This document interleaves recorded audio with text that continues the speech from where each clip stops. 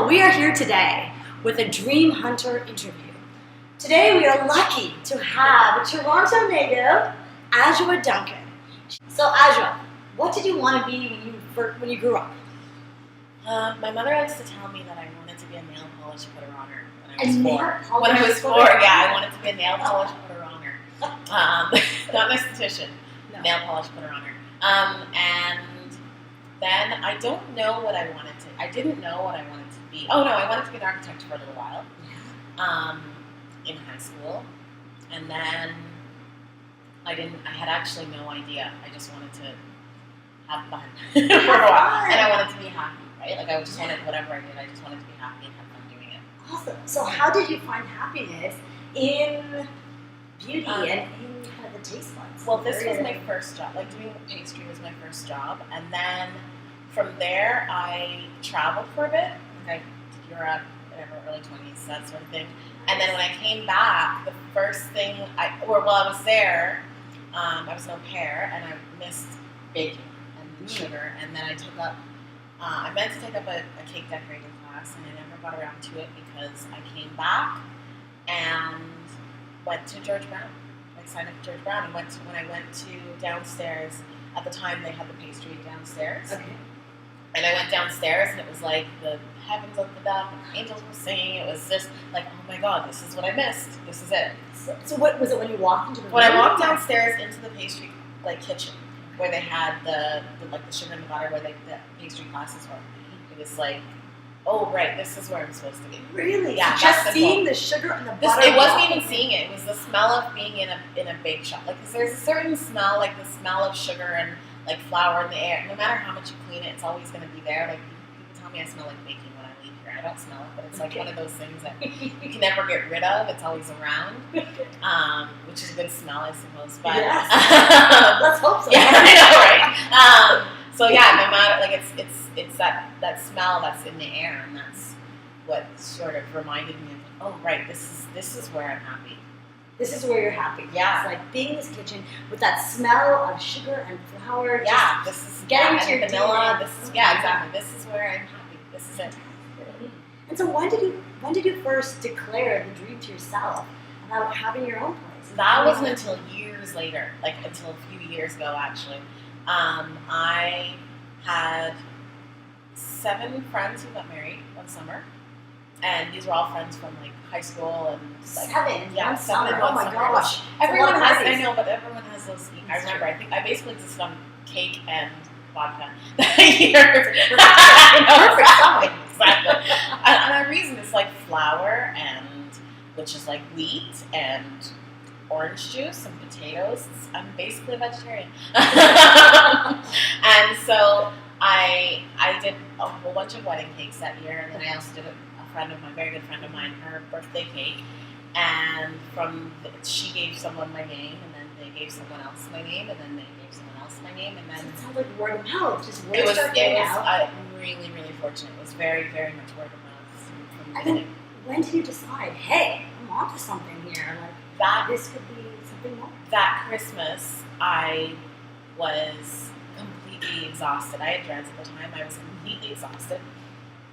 And I was sat at my table, and I had to wash my hair, and I thought, oh my God. And so there were scissors there, and I cut my hair off. Really? Just took it off. And So how did you go from all these requests, one friend asking another friend, another friend of a friend of a friend, to deciding, hey, this is a dream you can actually live, and the store didn't come first. Actually, I didn't know that I wanted to. I didn't actually know where it was going when I started making cake for people, because up until the 4th or 5th wedding, I was still saying, no, I just do this for friends. I'm not taking money. it's just fun. Yeah.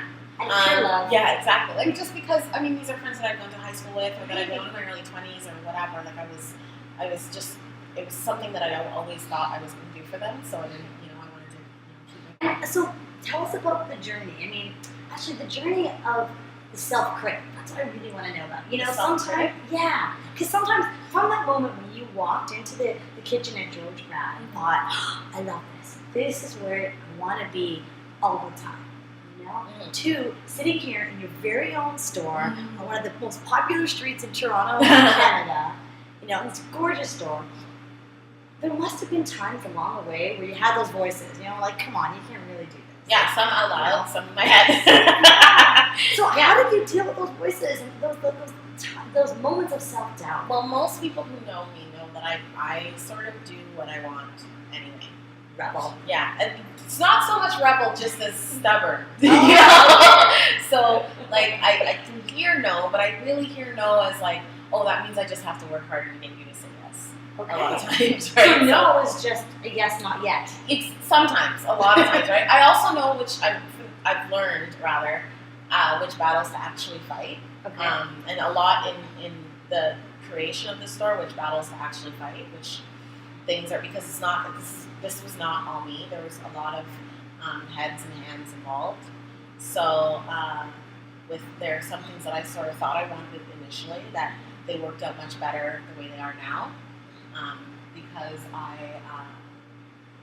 because I realized I'm not always right, which is a big thing. What? Yeah, I know, it's huge.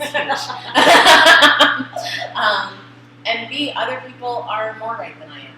Other people are more right than you are. Right? I Even love if that. I think I'm right, there are other people who are more right. Sometimes that's hard to hear, but you're right. There's truth in it, right? And so you mentioned it's not all you. There are people. There So lots as of a people. solo entrepreneur, who do you lean on for support? Who are your peeps? Well, yeah. Well, I have a partner who's extremely generous with his time. He's not sort of does day-to-day stuff, but generous with his time.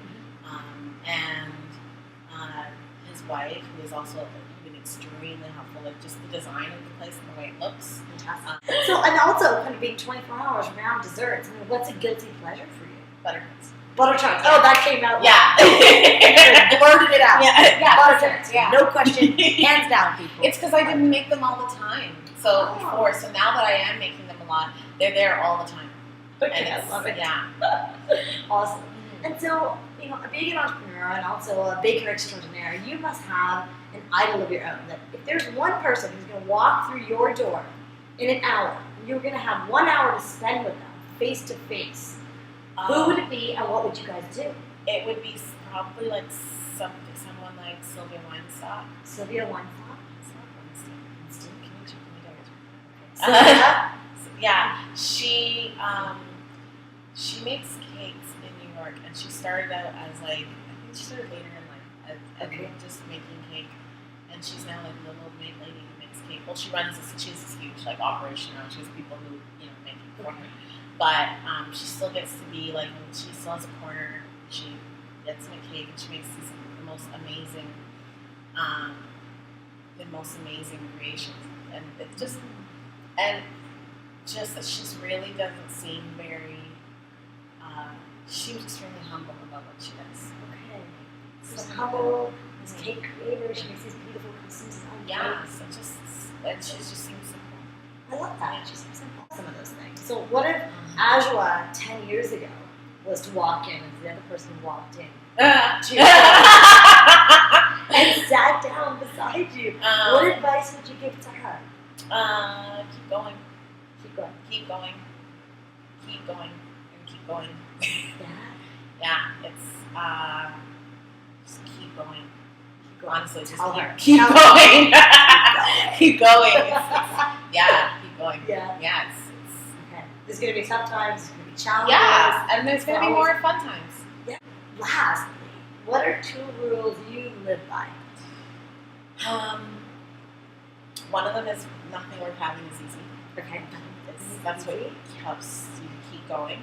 Is that if it's hard, but you don't get much that you can't do or deal with. And I don't know. I guess it would be something like keep going. Yeah. Sounds like that really resonates. Yeah, Like, it's when you're telling yourself, but you also want to just tell everybody Yeah, else keep out going. there who's It's trying not. to follow their passion. Mhm. Just You're not- keep going. It's a passion, but it's nothing is easy. Everything has its. Everything is. It has. You need something to make it worth it.